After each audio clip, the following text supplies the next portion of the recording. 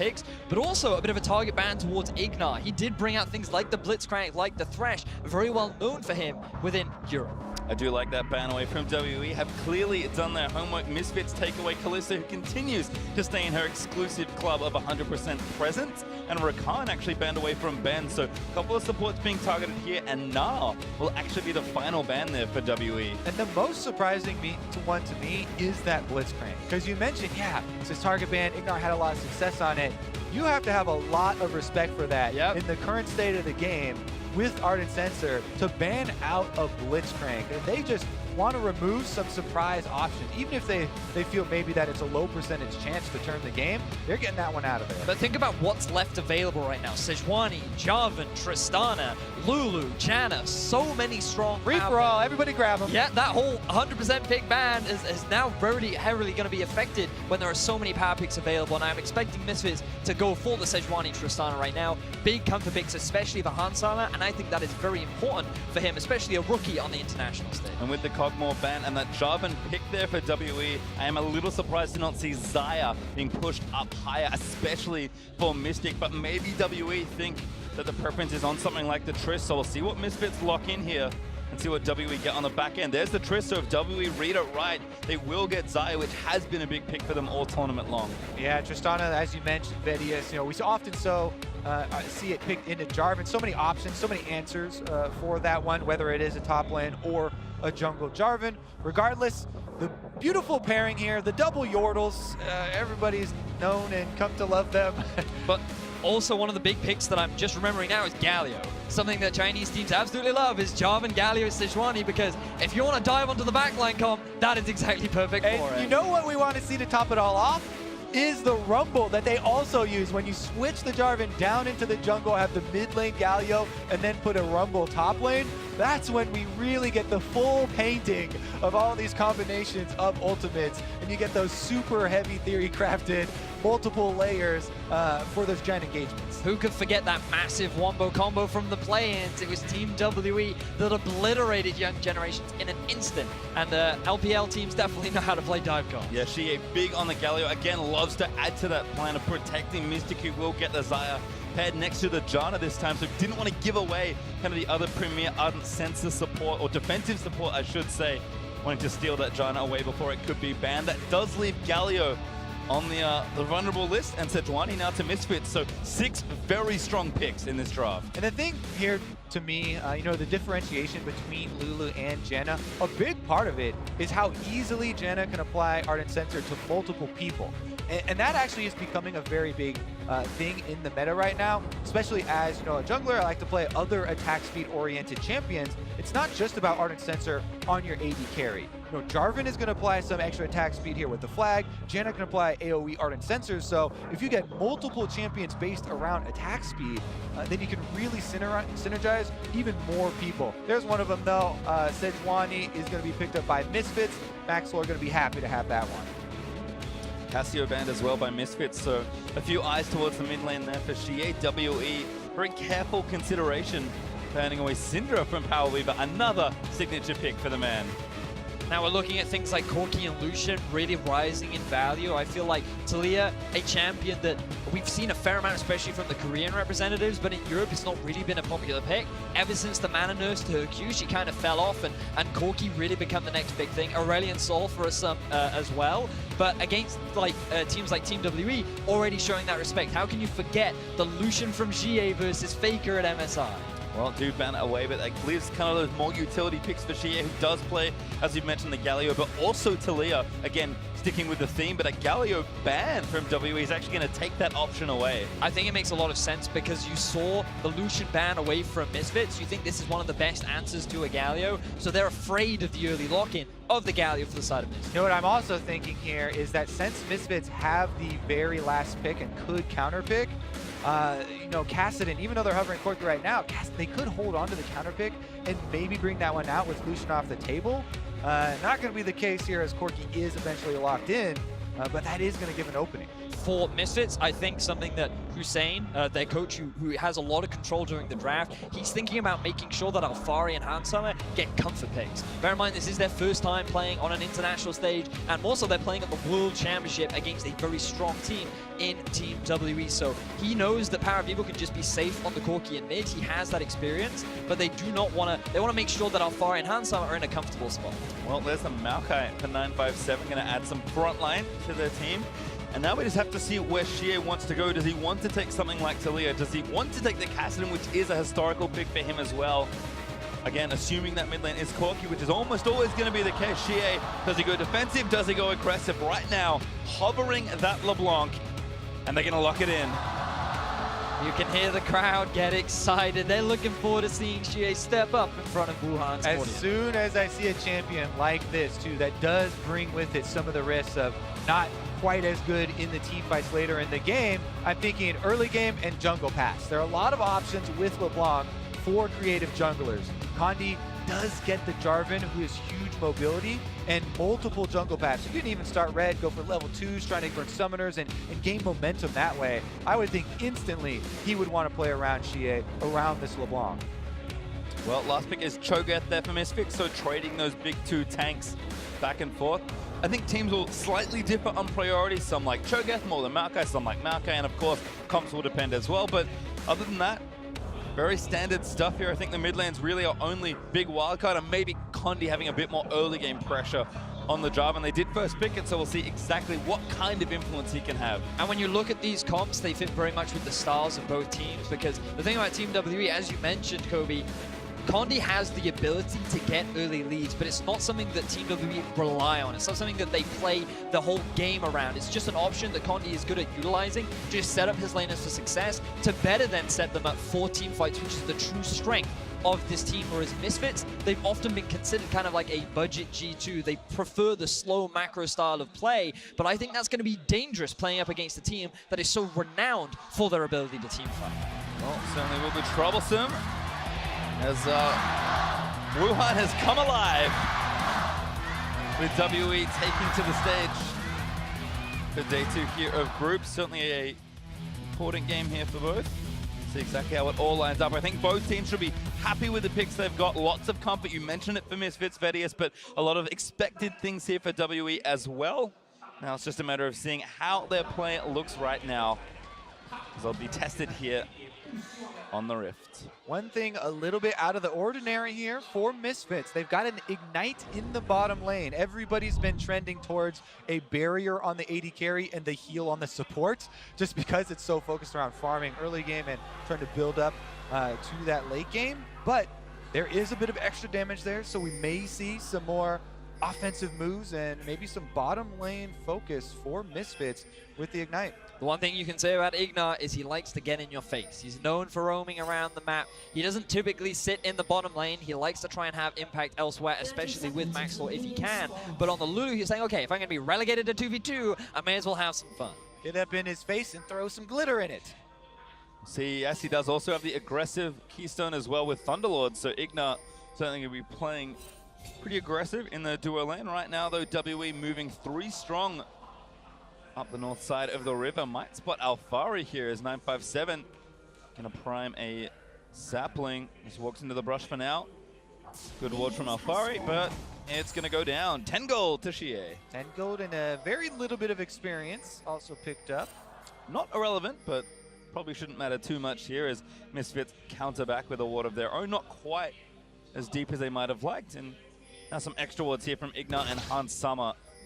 Only 1 hit there onto Mystic's ward, and again, teams have spread out, and nothing too surprising here for the early jungle starts. So Hansama and Ignar appearing in the tri-brush at the bottom lane gives a lot of information to both teams, because they should now know where the enemy junglers are starting, and that's going to give a bit of freedom for Hansama and Ignar to play a little bit more in the face of Team WE in this 2 versus 2. Also, just kind of gleaning a little information that we have in this game so far since it just started, is that Sejuani with a slightly abnormal start here, the Talisman. Usually we'll see Sejuani's nowadays start with the Hunter's Machete, and you go buff into Gromp to get your level 3, and then go for Scuttle Crab, utilizing the single target extra speed that she can get, and especially with her passive proc.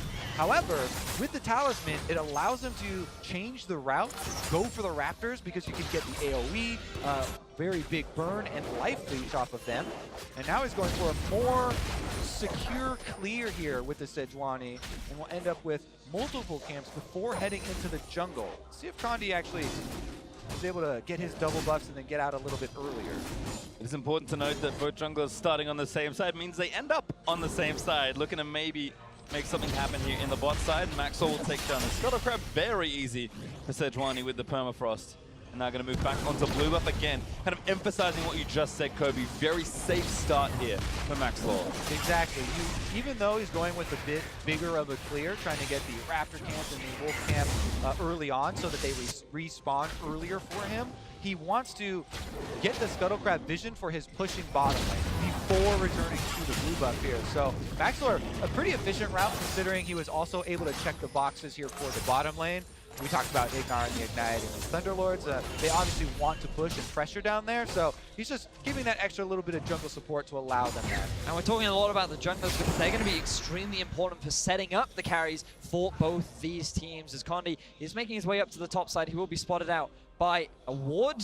And it looks like he's just going to back away. But yeah, backtracking to these junglers, they're going to play a key role in setting up some of the core carries of both these sides. And when you look at Misfits, you're thinking of a player like Power of Evil. And for Team WE, you're thinking of players like Mystic. Yeah, there are some stats for you on the screen of two of the big damage percentage contributors here for each team. Power of Evil, we talked about, he was also receiving a lot of jungle attention from Backstore and really getting off to a good start, which allowed him to put in a lot of these numbers. And Mystic as well from the bottom side. Definitely with Xiye as well, feels comfortable and set up to do the same. And there were a lot of question marks around players like Mystic in the play-ins, largely due to his laning phase. A lot of analysts felt like that he wasn't that standout, and while his team fights were certainly good, it was nothing impressive.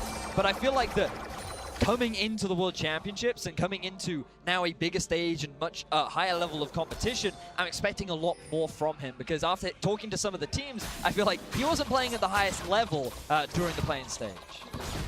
Meanwhile, we had a little bit of extra vision left in the jungle there by Team WE when Condi went to steal away those Krugs. Now he's in bottom lane, waiting for Hansama to check. Oh, Slow not going to land. He gets him through the rocket shot, forcing the flash.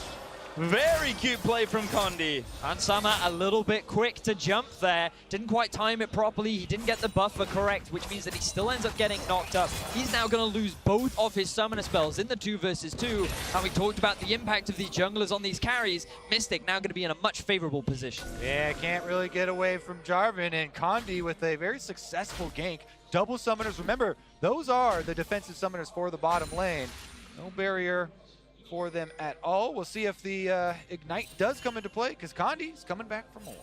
This is something that I've certainly seen before from WE. Condi looking for the revisit here as Mystic and Ben sort of back away. Condi gonna do a bit of jungling while he has some time. No need to really spend too much time here while he can be farming. And Hansama and Ignite, I think, playing with respect now that those have gone down. But you can see Condi's stats just incredible. His plan was very successful despite Worldly maybe not looking as strong as we'd expect. Condi certainly was. And this is what we talked about very much. He is one of those early setup plays. He tries to get his team early leads, but it's not something that the team relies on necessarily. It's not something that they have to have in order for the team to win. And Condi, he's just such a big facilitator, and he's had so much praise that he's already been able to set up his bottom lane for success. Now let's see if he can do it in the mid, because Xiye on this LeBlanc.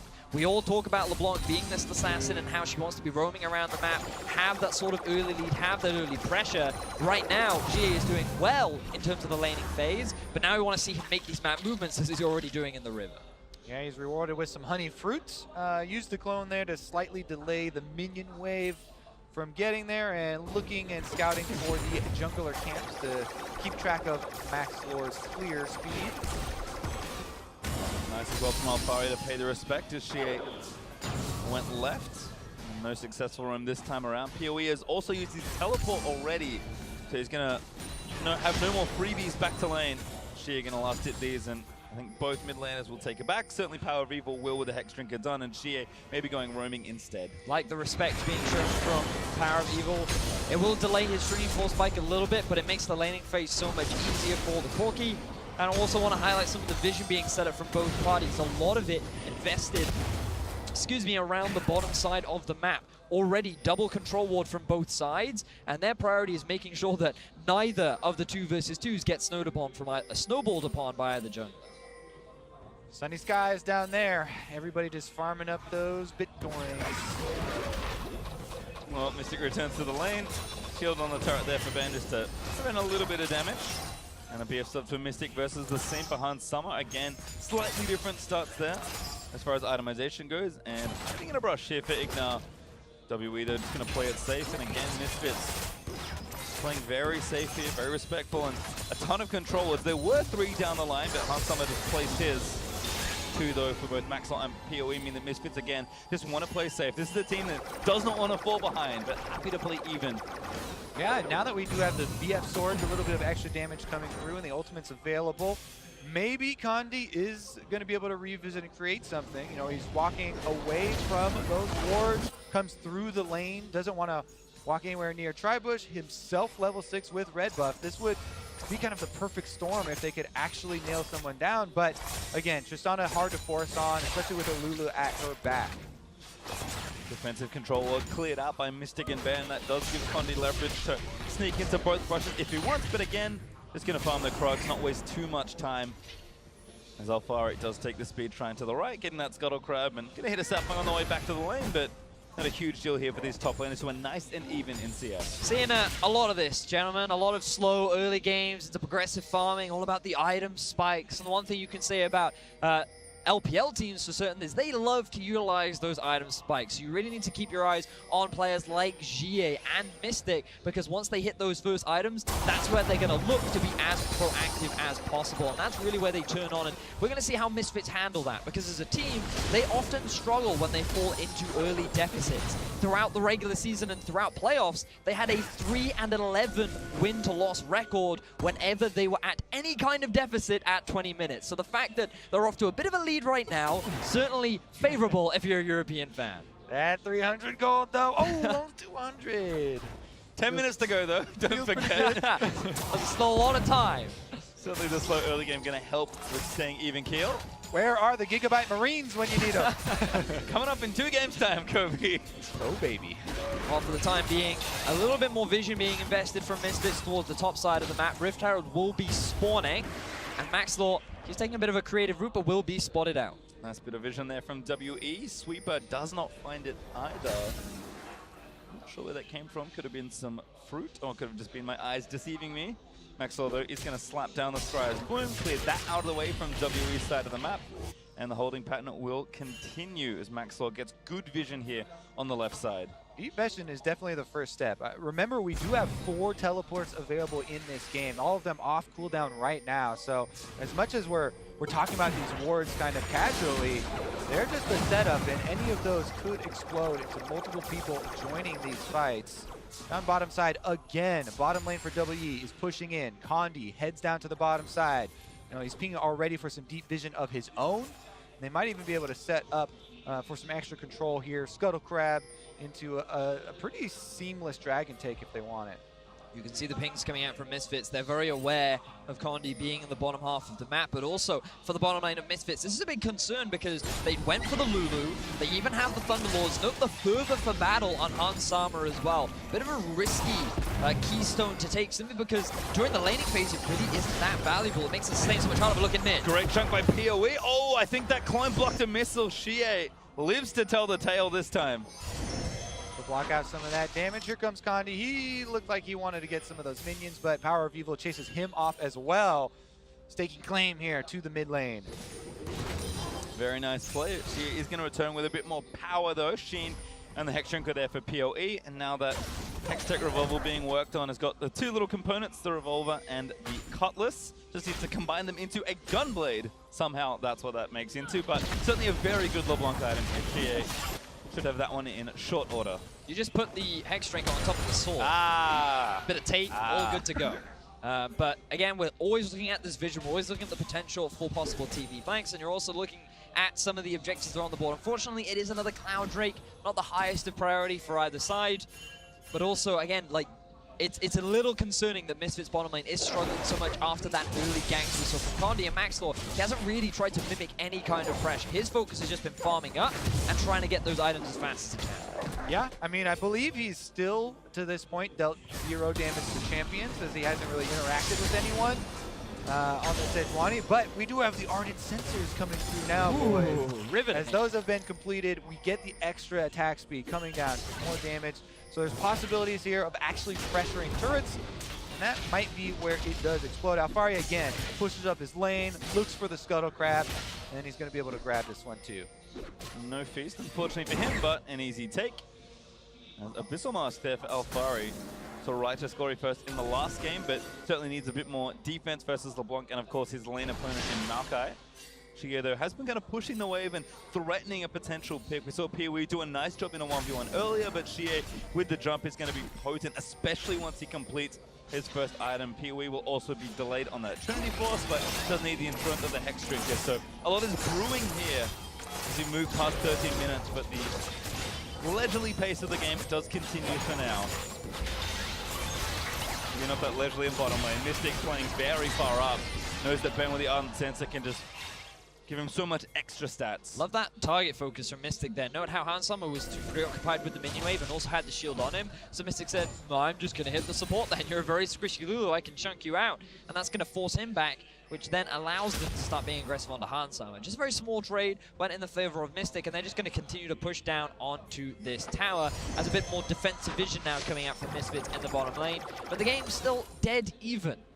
Misfits not expected to have a strong performance at Worlds. Still a lot of the game left to go, but they're considered one of the big underdogs in this group. We talked a little bit earlier on about why they are considered that, especially when you think about this team. It was the MSI group stages. This was TSM, Flash Wolves, and Team WWE that all went head-to-head at MSI Brazil. Oh, great knock up though on a Mystic. Featherstorm's out of the way, gets the angle on a Handsummer as the TP is down. Handsummer's going to be forced out. More TPs in the bot side as Misfits burn and cancel too. So there also were both TPs from WEUs. They were just on top of each other. So now we have removed all of the extra players from this bottom lane game. Condi wants to turn the tides here as, again, Jarvan's going to sneak in. Ben throws down the control ward so he can move up, but it doesn't look like the Misfits are going to overextend anytime soon. Drake, though, did go down in that, and that's the biggest difference we've had so far. Cloud Drake picked up for Team WE. Oh, but look at Xiye. He's on his way down as well. This ward will spot him out, and Misfits are like, this could be bad. Xiye turns around, though. Looks like the Misfits may have backed up pretty early. Xiye with the Gunblade, certainly looking to get his roam going. Might jump in off the PoE, gets back his Power of Evil with the package. Is going to threaten in tandem with Mlxg as they take down that control ward. And you can, again, start to see, despite the very deliberate pace in these first 50 minutes, teams are starting to get a bit antsy as Condi wants to dunk Ignar, gets the ulti down, going to keep slapping him away. Ignar already got the flash at the one different bet, going to keep it going on Mystic. He's the one to grab first blood, but Mlxg misses the ulti just barely. Mystic with a fast flash to get out of that one.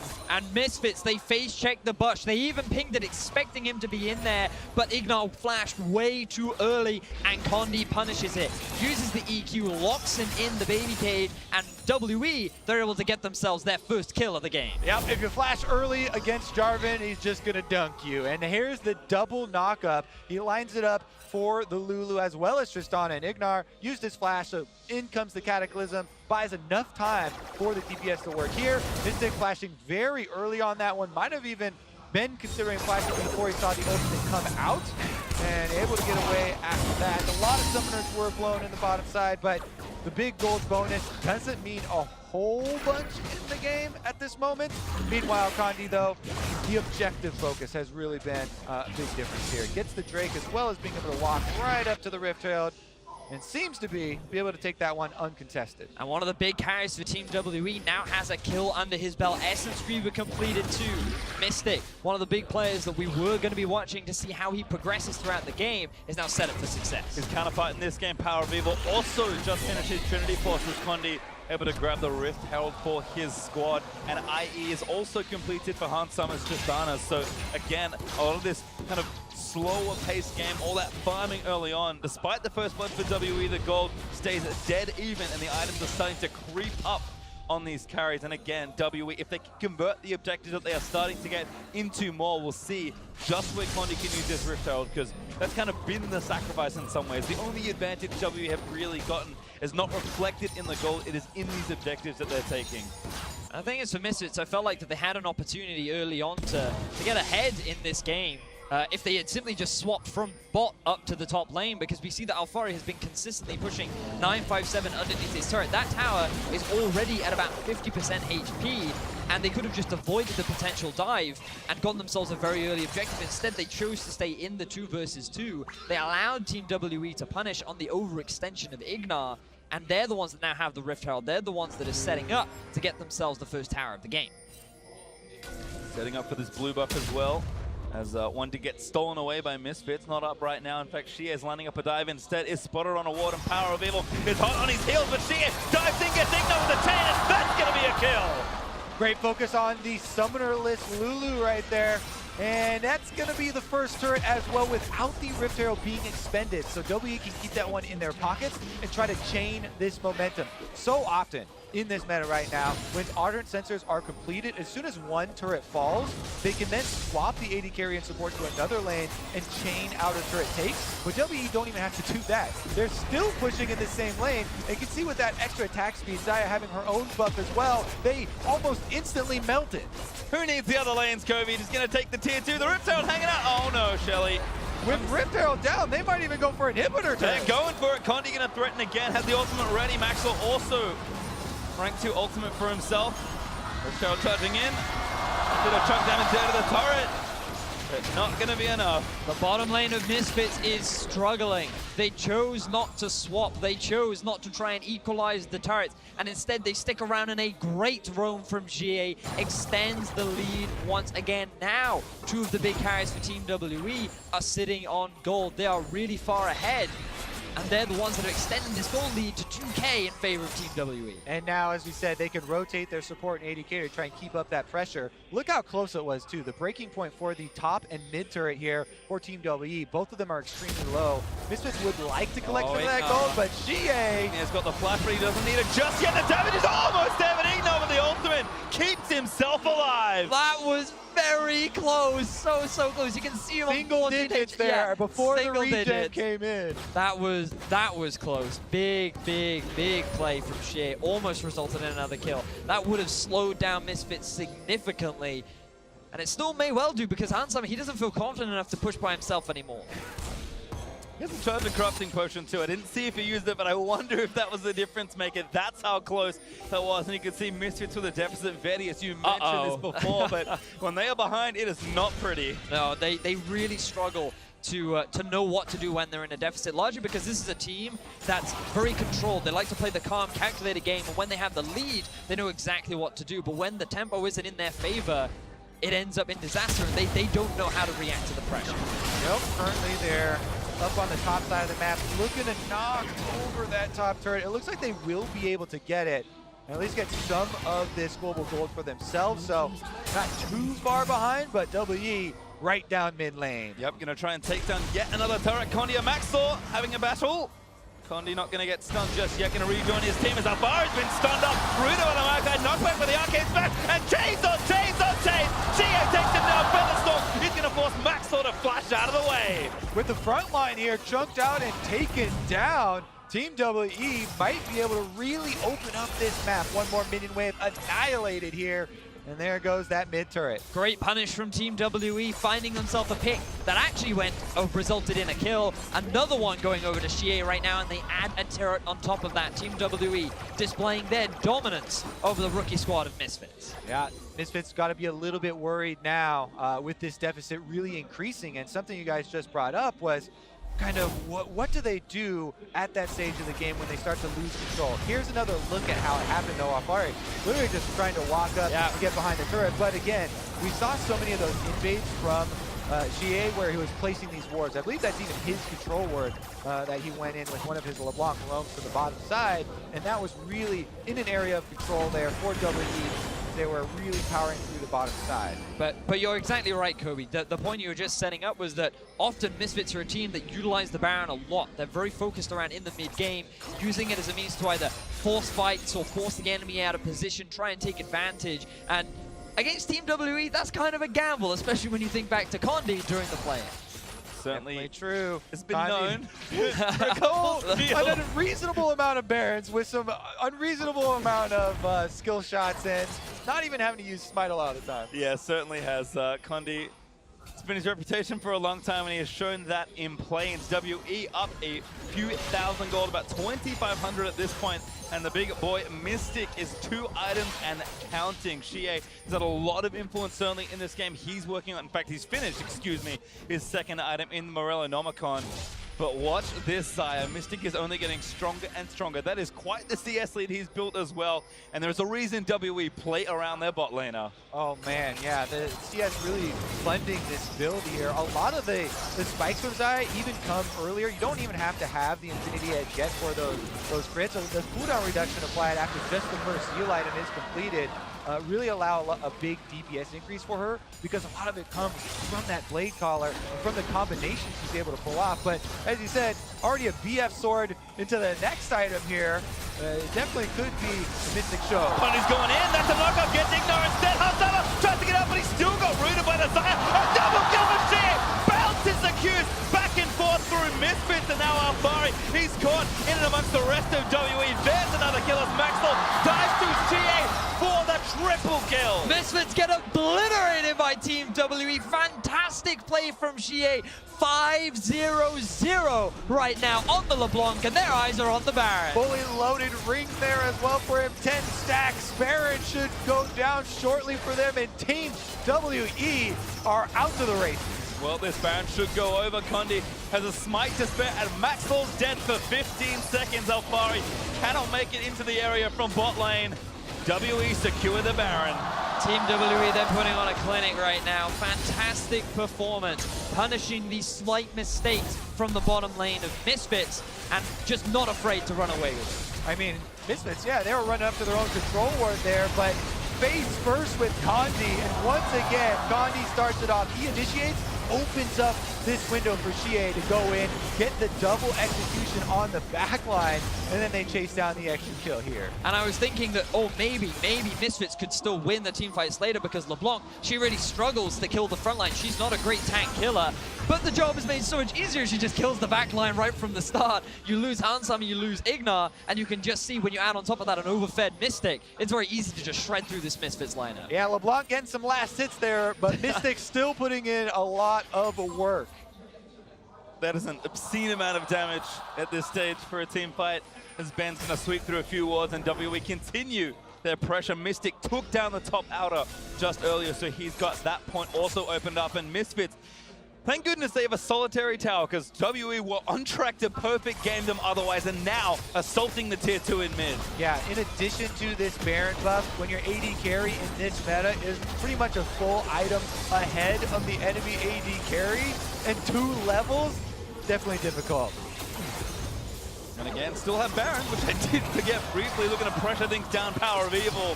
It's a face full of feathers there from Mystic, who flashes the flare.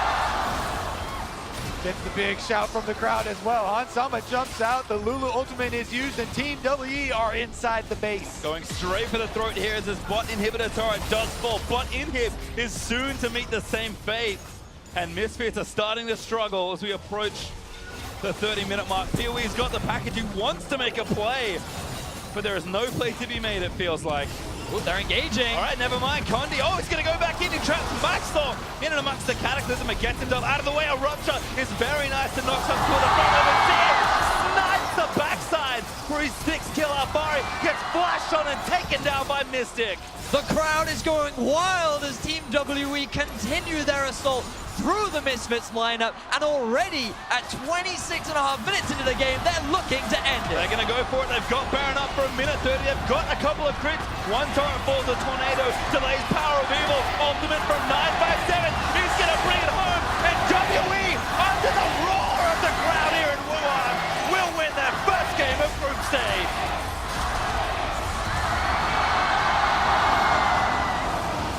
Just listen to that crowd.